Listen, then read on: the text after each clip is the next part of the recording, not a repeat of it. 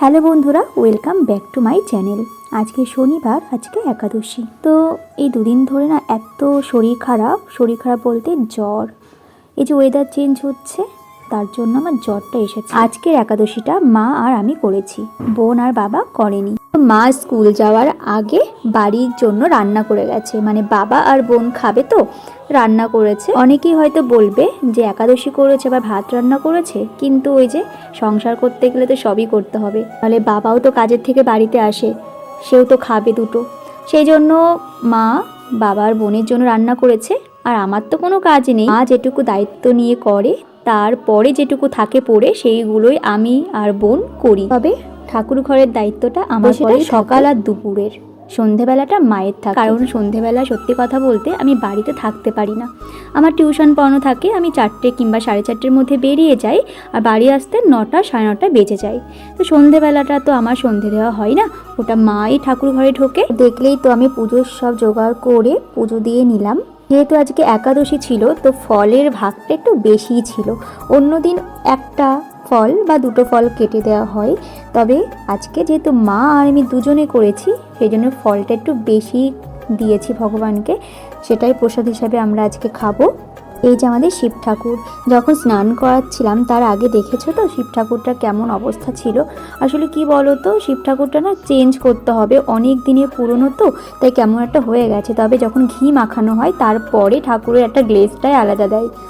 পাথর বাটিটা মায়ের হাত থেকে পড়ে ভেঙে গেছিল, তারপরে না আর কেনা হয়নি। তো ভাবছি নতুন করে আরেকটা পাথর বাটি কিনে নেব, না হলে শুধু কাপড়ের পরে ঠাকুরটা রয়েছে, মানে কেমন লাগছে দেখতে। আমি সব বাড়িতেই দেখেছি পাথরের বাটির পরেই শিব ঠাকুর থাকে, আমাদেরও ছিল, ওই যে ভেঙে ফেলেছে মা, তারপরে আর কেনা হয়নি। তো পুজো দেওয়ার শেষে দেখো আমি একটু গীতা পাঠ করে নিচ্ছি। গীতা পাঠ আমি প্রতিদিনই করি, আজকে বেশি পড়তে পারিনি কারণ ওই যে বললাম শরীরটা খারাপ লাগছিল খুব, তো আমি অল্প একটুই পড়েছি। পরে মা আলুর তরকারি করেছে, আর এদিকে দেখো শশা কুচিয়ে নিয়েছি আর প্রসাদটা রয়েছে, তাই আমি বাইরে এসে খেয়ে নিয়েছি।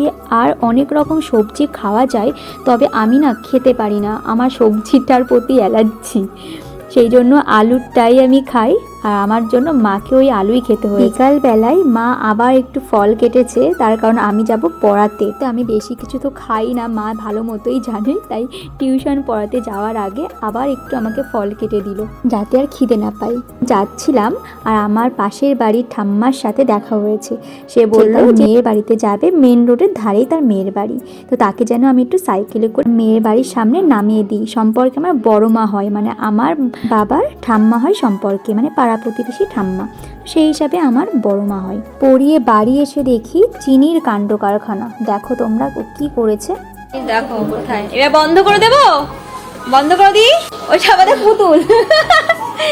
এ পল্লবী দেখে যা, দেখে যা, এটা কে, কে এটা কে? এই টিনটিন, ও টিনটিন, তুই কোথায় ঢুকেছিস? কোথায় ঢুকেছো তুমি? বেরিয়ে আসো, বেরিয়ে আসো, এদিকে আয়। হ্যাঁ, বাচ্চা না ডাকলেও বেরোবে না, বেরিয়ে আয়, বেরিয়ে আয়, বাজে মেয়ে, যাও বেরো। এই গল্প আমার, তাই এবারে বাকিটা আমি বলবো। ও এখন জিমি বসে রয়েছে, জিমি হলো আমাদের এখানকার কুকুরটার নাম, ঠিক আছে? জিমি এখন বসে রয়েছে, ওকে খাবার দিতে হবে। ও তারপরে খেয়ে ও আমাদের বাড়িতে পাহারা দেয়, মাঝে মধ্যে পাহারাও দেয়, আর মাঝে মধ্যে ও যে বাড়ির কুকুর সেই বাড়িতে গিয়েও থাকে। হ্যাঁ, নামে হলো, ওর নামেই আমাদের বাড়ির কুকুর, কিন্তু থাকে, মানে সরি, নামে হলো পাশের বাড়ির কুকুর, কিন্তু থাকে আমাদের বাড়িতে। যাই হোক, ও খুব প্রিয় আমার। হ্যাঁ, ওর নাম টমি, কিন্তু আমি রেখেছি জিমি, সবাই টমি বলেই ডাকে, আমি জিমি বলে ডাকি, এটা আমার ভালোবাসার ডাক নাম। যাই হোক, তো বোন যখন ভাত খাবে তখন বোন ভাতটা দিয়ে দেবে। আমি আর মা আজকে একাদশী করেছি, তো মা আর আমি ওই আলু চচ্চড়ি যেটাকে বলে, কেউ ঘন্ট, কী বলবো, আলু চচ্চড়ি, আলু সিদ্ধ, হ্যাঁ অনেকটা বলবো, ঘিটি দিয়ে রান্না করা, তো ওটা খেয়েছি।